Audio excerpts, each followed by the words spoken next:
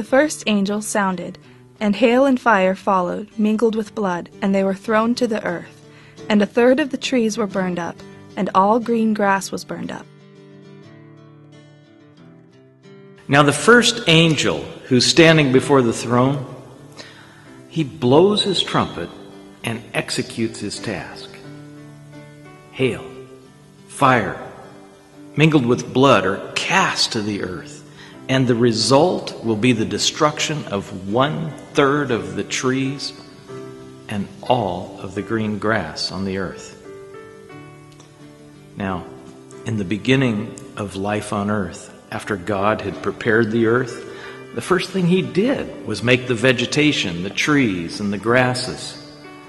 This he did in preparation for his greatest creation, which was mankind. Because of humanity turning against its creator and his purposes, the ability of the earth to sustain life is beginning to be taken away.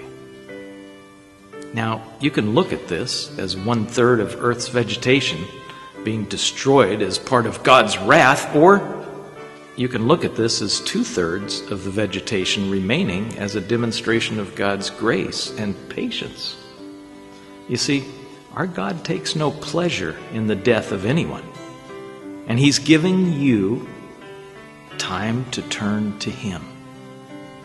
Now, I'm not sure how this is going to look coming down, but it will come down. Then the second angel sounded, and something like a great mountain burning with fire was thrown into the sea, and a third of the sea became blood, and a third of the living creatures in the sea died, and a third of the ships were destroyed. With the first judgment, the land was struck and a third of it destroyed. Now another trumpet is blown and judgment is on the sea. A fiery object is going to fall from the sky, something like a burning mountain, perhaps an asteroid. It's going to fall into the sea, probably the Mediterranean Sea, because of its relationship with the old Roman Empire and with Israel. But this will leave the sea devastated. 1/3 of the living things that are in the sea will be killed, leaving the sea as a sea of blood. Also, the impact will destroy 1/3 of the ships which are on the sea. This is a supernatural event, as with all the signs that God's giving to us. There's no point trying to reason how this could happen. It just will. Then the third angel sounded, and a great star fell from heaven, burning like a torch, and it fell on a third of the rivers and on the springs of water. The name of the star is Wormwood. A third of the waters became wormwood, and many men died from the water because it was made bitter. This beautiful world that God made for us is really taking a beating. First the land, then the sea, and now the fresh water. You see, at this point, in this 7-year end of time as we know it, the third trumpet is blown. And this time, look for a meteor to strike the earth with such an impact that its debris is spread out over a great area. This meteor is called wormwood because it will contaminate 1/3 of the fresh water of the earth. Even the water deep in the earth will be affected. Don't drink the water. The poisonous contaminants from the meteor will result in many deaths of those still surviving at that time. Look for the 2/3 of the drinking water that still remains. That's God's grace. Then the fourth angel sounded, and a third of the sun was struck, a third of the moon, and a third of the stars, so that a third of them were darkened. A third of the day did not shine, and likewise the night.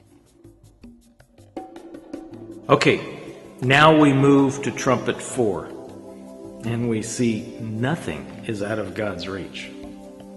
This time, the celestial bodies of space are affected by the actions of this fourth angel carrying out his task. The sun, the moon, the stars, they all lose a third of their light. Now the struggles of looking for food and water are much harder with darker days and longer nights. Also, the scene on earth is being set for much greater terrors on the level of the supernatural. By now, you're wondering why God has allowed such destruction of people and the environment by evil men and by God's own judgments, literally destroying all we know of life and hope of a future, or maybe even a family or a home of your own. Now life just consists of hanging on for another day. I'd like to try to answer this for you. You see, mankind was created by God, and this through His Son Jesus. We were created for the purpose to have fellowship with God, to live in peace with God and with other people. Through our mutual love for our God, we find love for all people. The very environment was designed to serve our needs when we live in peace with our intended purposes. When people moved away from true fellowship with God, their love for one another became less and less. They didn't treat each other the way they would want to be treated themselves. Stealing, coveting, lying, committing adultery, all kinds of selfish acts against each other. And eventually sinning against each other wouldn't even satisfy the selfish nature, and people begin to sin against themselves. This led to all types of sexual immorality. Men with men, women with women, whatever their imagination could dream up. Even making the choice whether their unborn children should live or die.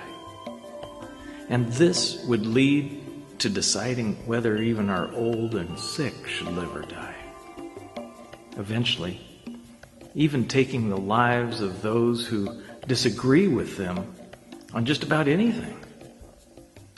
God, in His kind efforts to get us back on track, sent human representatives, prophets, missionaries, people bold in their belief in God, to share the truth, to show His love through their example to us.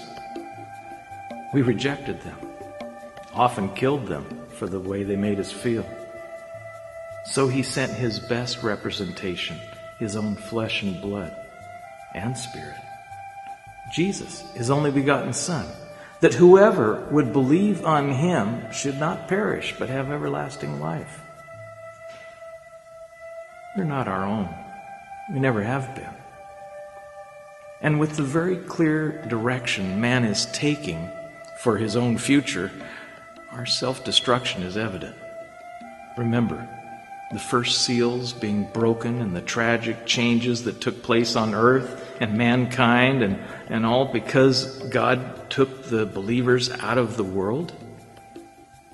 All hell literally broke loose. This gives a whole new value to having a Christian neighbor, doesn't it? It's very important to establish who you or we are.